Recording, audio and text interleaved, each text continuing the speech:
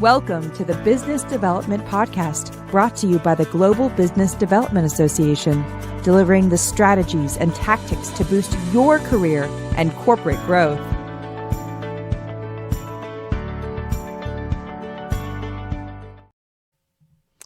Welcome, everyone, to the Global Business Development Association's podcast called What is Business Development? And today we have an episode that is a business development technology episode. And we're here with the GovDash founder and co-founder and CEO, Sean Doherty. And let me tell you a little bit about GovDash. GovDash is an artificial intelligence platform that assists government contractors with capture, proposal development, contract management, and more, all in one place. Using your verified past performance as the foundation, GovDash identifies opportunities, guides you through capture, builds compliance matrices, annotates outlines, writes proposals, and more.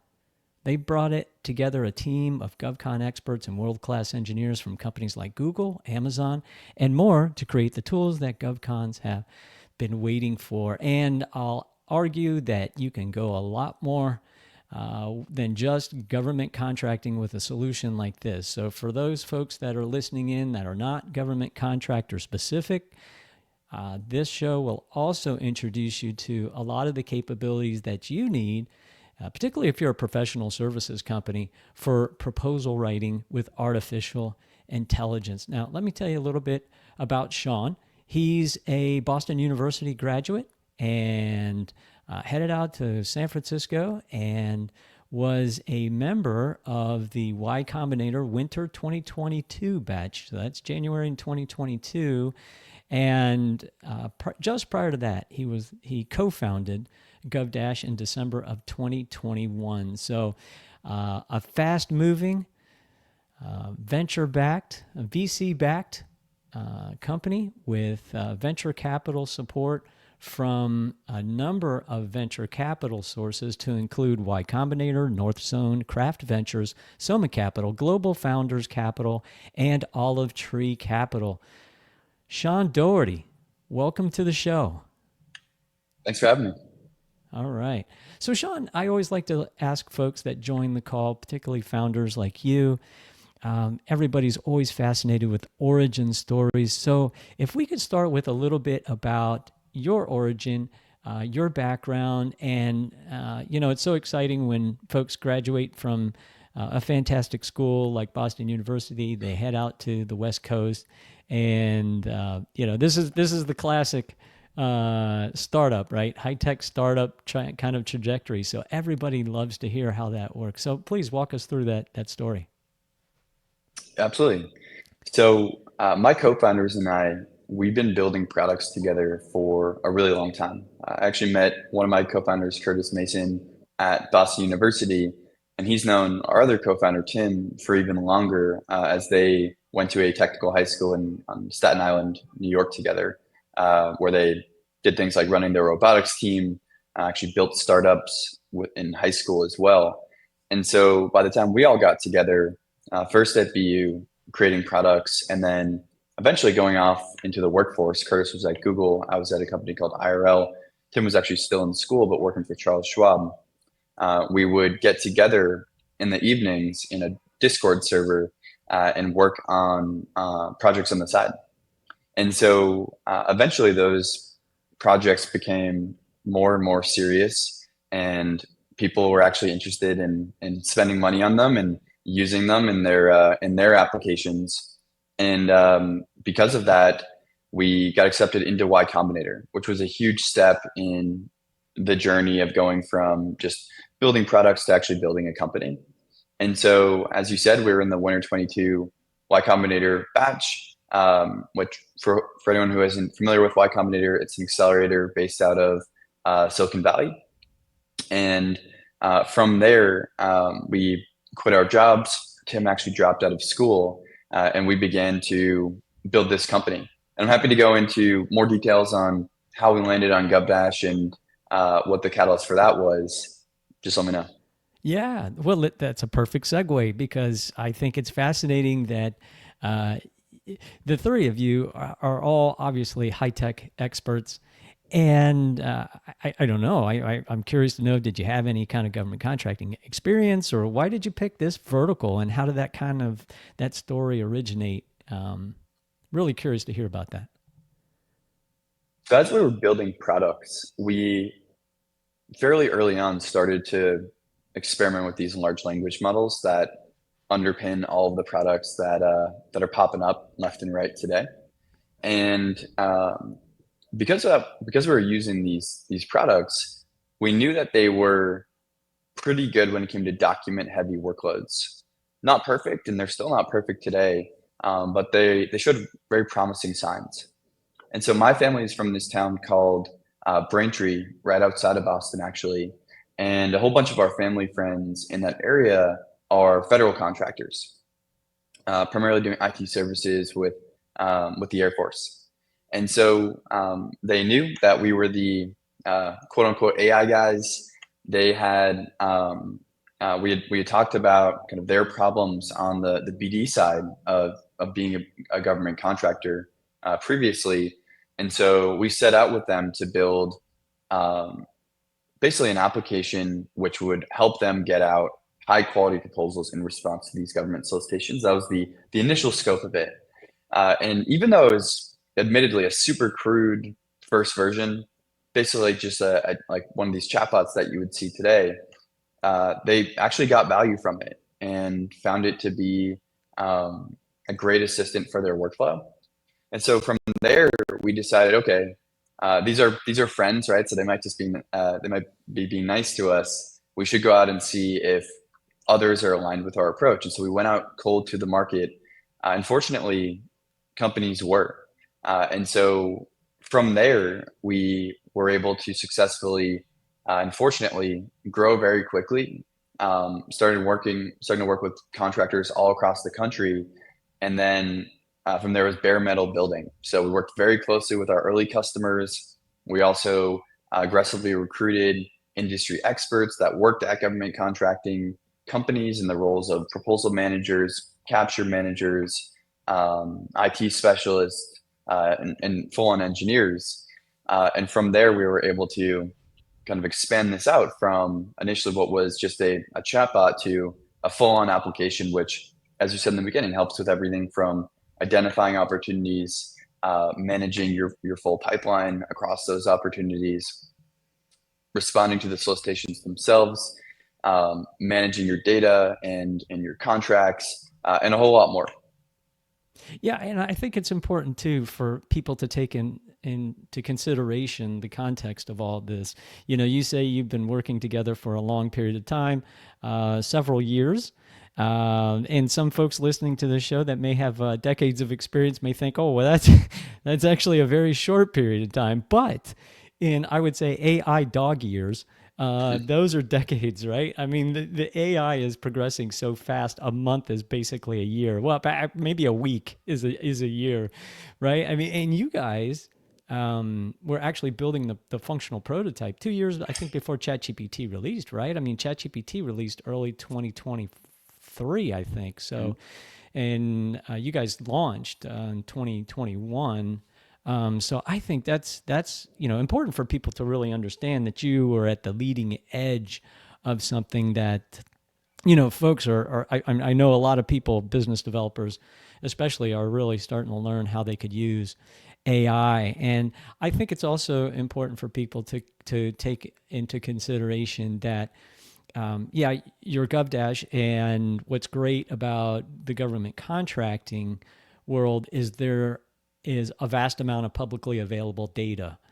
And as everybody knows, large language models need large data sets to be able to train and whatnot. But I can certainly see that a lot of the functionality that you have in your solution applies to business developers across the board that need to write proposals. That in the government contracting world, they call it capture.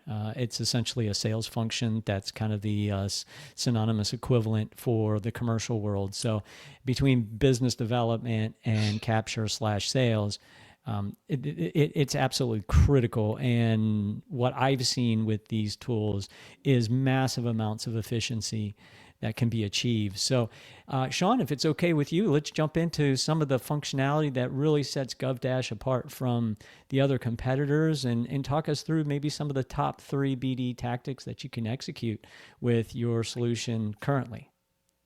And also feel free, Sean, to kind of walk people through the model. So your business model, how it's structured, and then maybe we drill down into the top 3 tactics. Yeah, sounds great. Let me go ahead and share my screen here. Okay.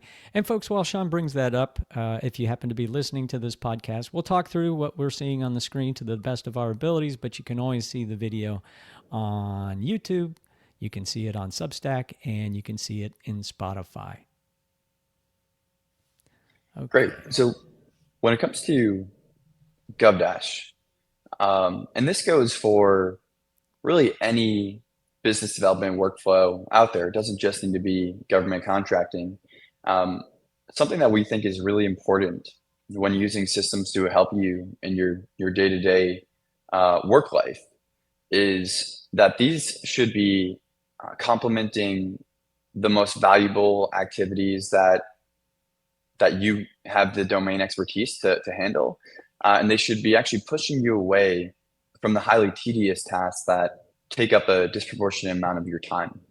A lot of the systems that we've seen out there across the government contracting space specifically, but also generally, are very prompt driven, meaning that in order to get to an output, you're going to have to spend a good amount of time prompting a system, feeding it essentially instructions, and then getting an output and then iterating from there.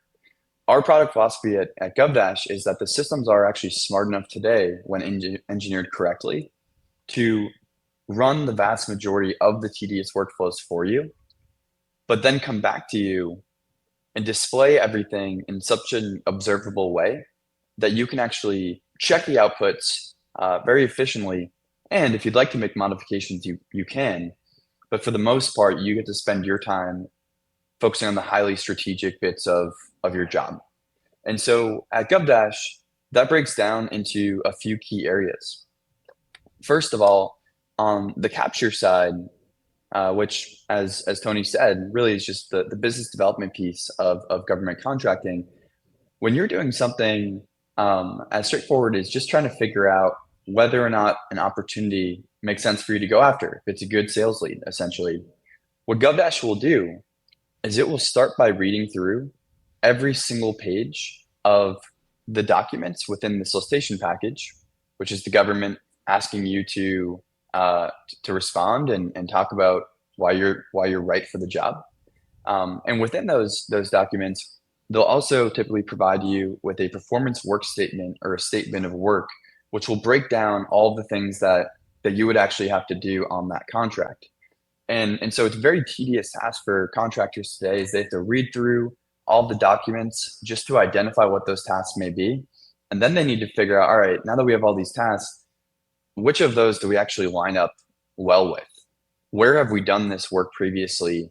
Does it make sense for us to continue evaluating and pursuing this opportunity based on what we've done? And so what GovDash does is it will read through all the documents. It'll actually break down all the task areas for you.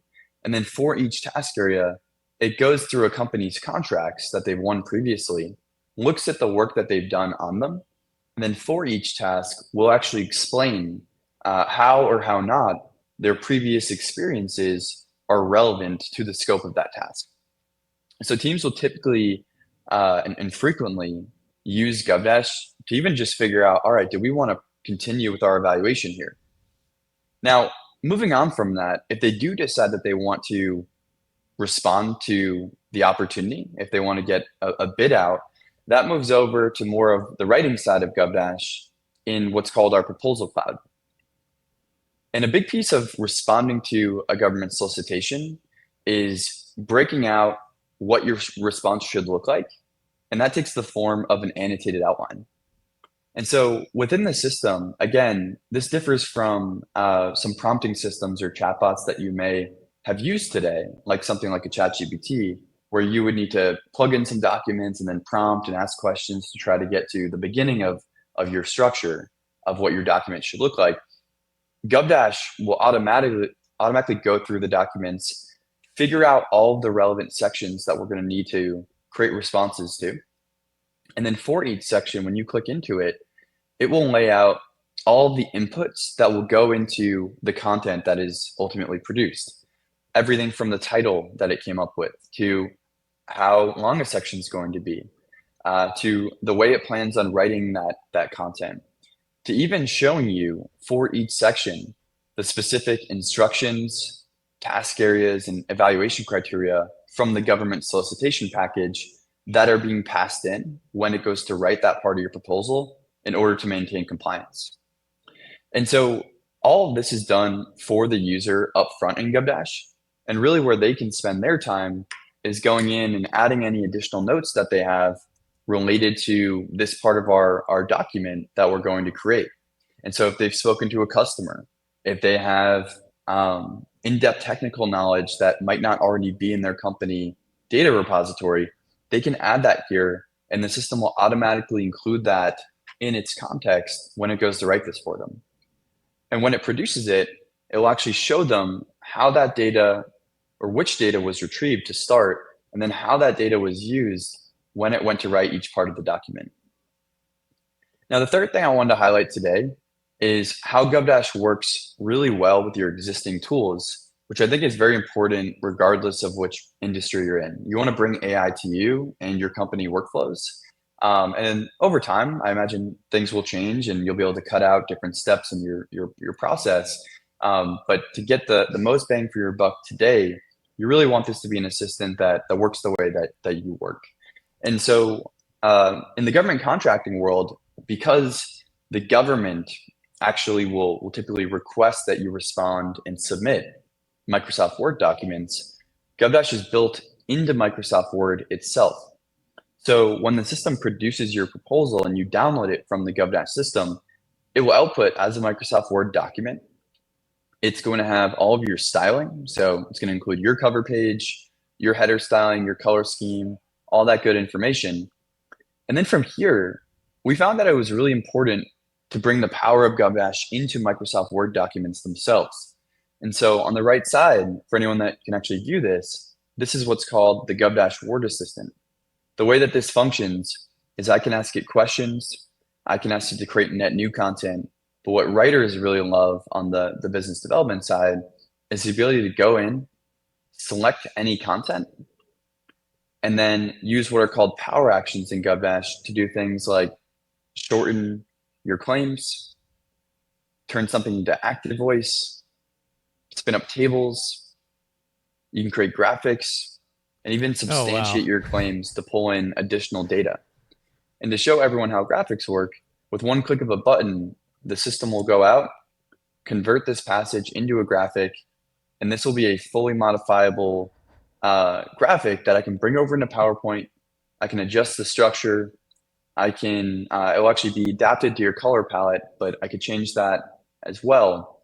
And all of this, as with everything in GovDash, is fully modifiable. So if we wanted to change copy, or if we wanted to delete a layer here, or if we wanted to move this around in the document, we can.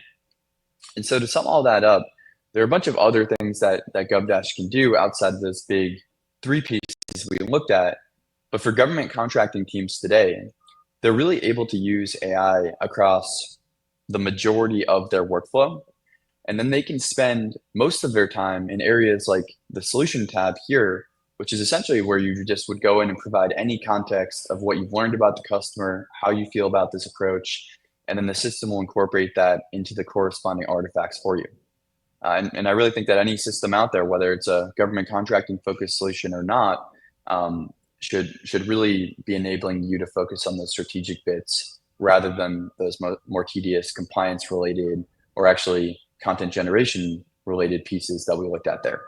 Oh, this is great. John, I'm going to bring you back up to the big screen here. And I love how you walked us through the functionality. And those are really three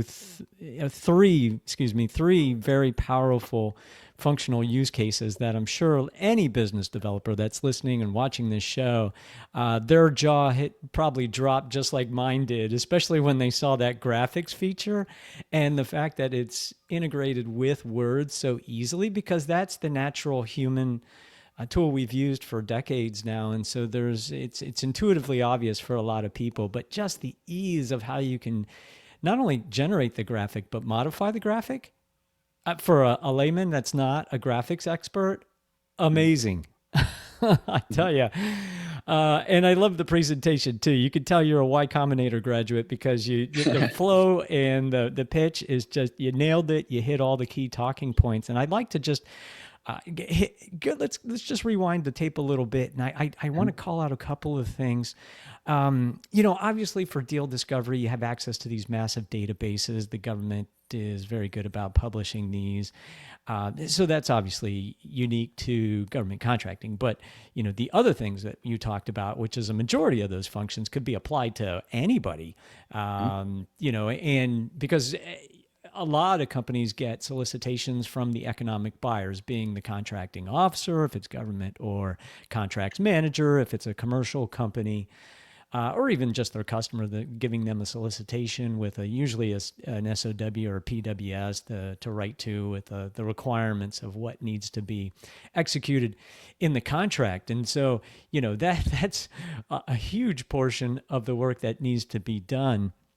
And so I'd like to focus on those areas if we could in particular, because they are so universal to everyone. Mm-hmm. And so a couple of things. One, I really like how you're able to very quickly generate an outline. I can't tell you how many hours I've spent in the past, not only generating the outline, but debating the outline, and it's oftentimes it comes up to subjective assessment of, well, did the KO mean this, or did they want it structured this way? And what logically makes sense? Oh my gosh, I could tell you, we hours sometimes until finally, somebody says, okay, enough debate. We're going to go with this one. So I like how the tool is able to do that automatically. And I think that gives teams just the comfort of saying, okay, well, this has been, analyzed by an artificial intelligence solution. And it's not, a group of people trying to do the side-by-side comparison in Word, which I've done a lot of that, and it's painful. So, and to be able to do that in seconds is amazing. And so I really like how you're able to do that. And I think so many people listening will breathe a sigh of relief to know that those hours can be spent going back to what really business developers do, which is engaging with the prospects and engaging with the buying side team that now, it's 5-7 people, could be even more. You have your champions, your gatekeepers, you have the executive buyer, the decision maker, the economic buyer, everybody. So you have to gather these data points, and that's something AI can't do.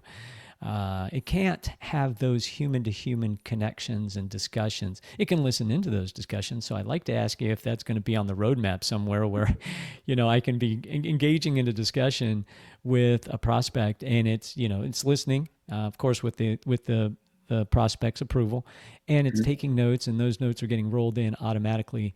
But I really like how your current functionality really places the emphasis on the business developer, because that function is so critical. And that has always been, regardless of whether you're using a Word document or artificial intelligence, the wins have always come down to who has the better intelligence about the customer and about the competitors. And business developers are the people that do that. That's what we do. We gather the information from the customers. We gather not only their extrinsic requirements that are broadcast to everybody in the PWS and SOW, but we gather those intrinsic requirements, those things they don't tell you about, those feelings, those emotions, what's going to get them promoted, and why did they say this versus that? Did you influence one of those requirements? That's what we do. And so that's why I really like how your functionality enables the business developers to, create the draft solicitation in seconds, but then layer in those pieces of competitive intelligence, customer intelligence that really will set you apart versus a competitor when the customer reads that that proposal, or the prospect reads the proposal. So I really like what you've done there. Can you tell us a little bit more about what you've seen, maybe? What's the most powerful way that business developers can really insert those intrinsic and extrinsic requirements that aren't necessarily published? And I know you're familiar with the colored team reviews. You have pink team, red team, so on and so forth. So can you kind of talk in the context of that, where you have multiple people on the capture team, involved in this? So kind of what's the new role for everybody? Yeah, I couldn't agree more with your point about understanding the customer. Like that really is the job, and being able to figure out what's truly important to them, and then map back to that as you present your solution. It's almost like a consultative approach. Um, the last screen that I was showing there is really our take on that, where it will ask you things like, to start, just generally, yeah, here, like, what are your win themes? But then it breaks down to a much more granular level to what are the actual features here? How are we going to tailor this to the customer's needs? What are the benefits for the customers? How do we make decision makers look good? What are the risks associated with this? And for any of those things, we actively encourage our customers to go in and add their notes themselves, because they have the best context. If they want to as well, they can always go ahead and, for instance, if I show you for like win themes here, let's say I cleared this out, they can always go ahead and even work with their assistant to help get the ball rolling in terms of these responses, because it has full context into their company information as well. And so the way that we see this at GovDash, and also just generally for any AI solution, is that you should be building in the ability for your customers to use the system to incorporate their ideas, and then you should be adding in tons of observability, so that as a business development person, I can go in and trust that the tedious bits of breaking down the documents, of extracting out the requirements, of having all the relevant citations from solicitation documents, I can trust and actually verify myself that those are, one, correct, and two, that they're in the right spot and being passed in the right way.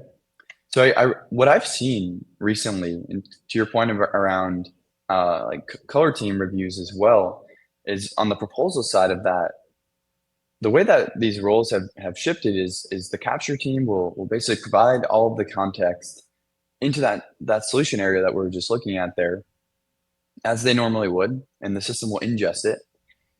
When that is provided, that should get you to a deep red team in terms of proposal content. If you wanted to just run this and have it pull from your historic company data, that's fine as well, and it will get you to a solid pink team. But when the capture team and the proposal team, so like the BD team and the actual writers, when they work together and they incorporate that additional context, like magic happens in the proposal and the quality level goes way up, which is why we really try to build a system that helps those teams collaborate and moves that data across the various stages automatically for them. So I think going forward, when it comes to like the very front of the very start of this process on like the BD or the capture side, they're going to be able to spend even more of their time talking to customers, attending industry days, preparing their thoughts and their take on what agencies or just generally customers are looking for. And then on the writing side, they'll be able to spend much more of their time reviewing the outputs rather than structuring the compliance package, annotated outline, and then ultimately even the text in the narrative in the proposal. They're more so going to be able to go in, make sure everything's structured the way that they want up front, and then use things like the word assistant that we're looking at, just to ensure that if there is a change they want to make, they can make it in a really short amount of time to drive from that deep red team to that gold team and then submit. Yeah, this is fantastic, Sean. I could talk to you for hours. I know we have about a minute left here. Real quickly, what's the primary competitive differentiator for you? How does the pricing work for folks that may be interested in learning more about your solution? How can they get in touch with you? Can you give us a quick 1 minute on that? Absolutely. So when it comes to the competitive landscape, the way I think about it is there's general purpose kind of AI writing solutions.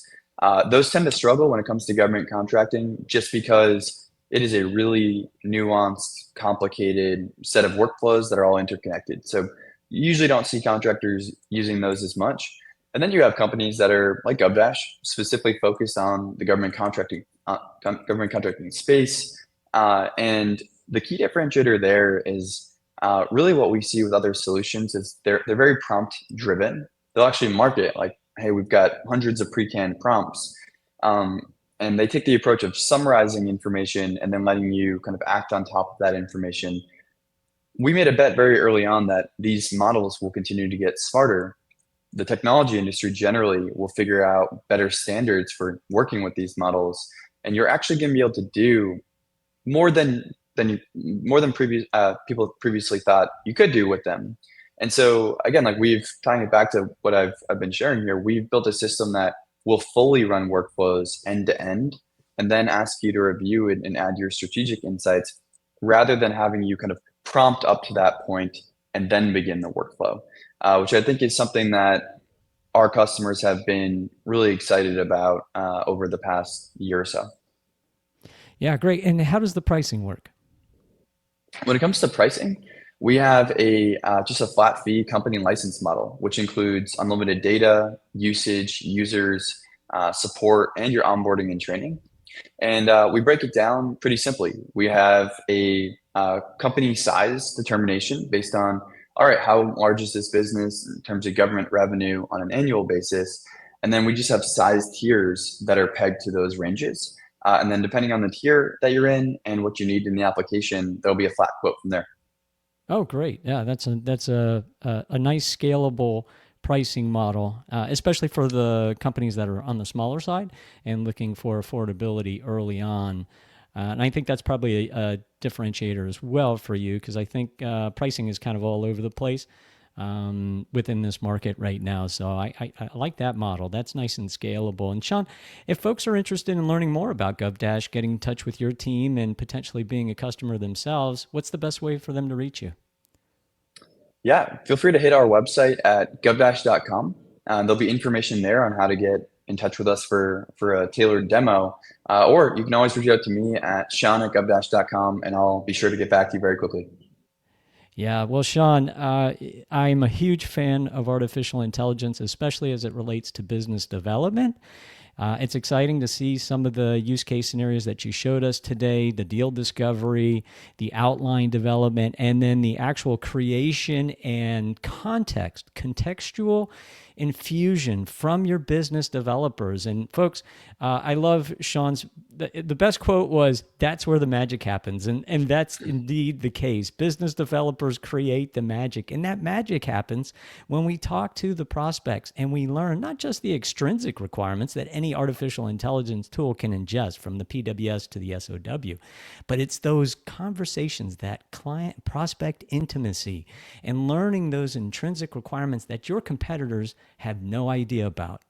And that's where I think tools like this, and especially yours, Sean, just so fascinating to see where things are going, and we're doing it quickly, and it's allowing business developers to do what they do best, create the magic, that human-to-human connection. Sean, I can't wait to see you and your team create more magic at GovDash. Keep us all posted. Love to have you again as you add more functionality. But for now, out here. Thank you. Thanks so much.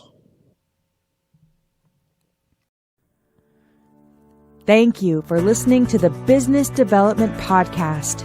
Join our free community of corporate partners and business development professionals advancing the art, science, and ethics of the business development profession at gbdassociation.org.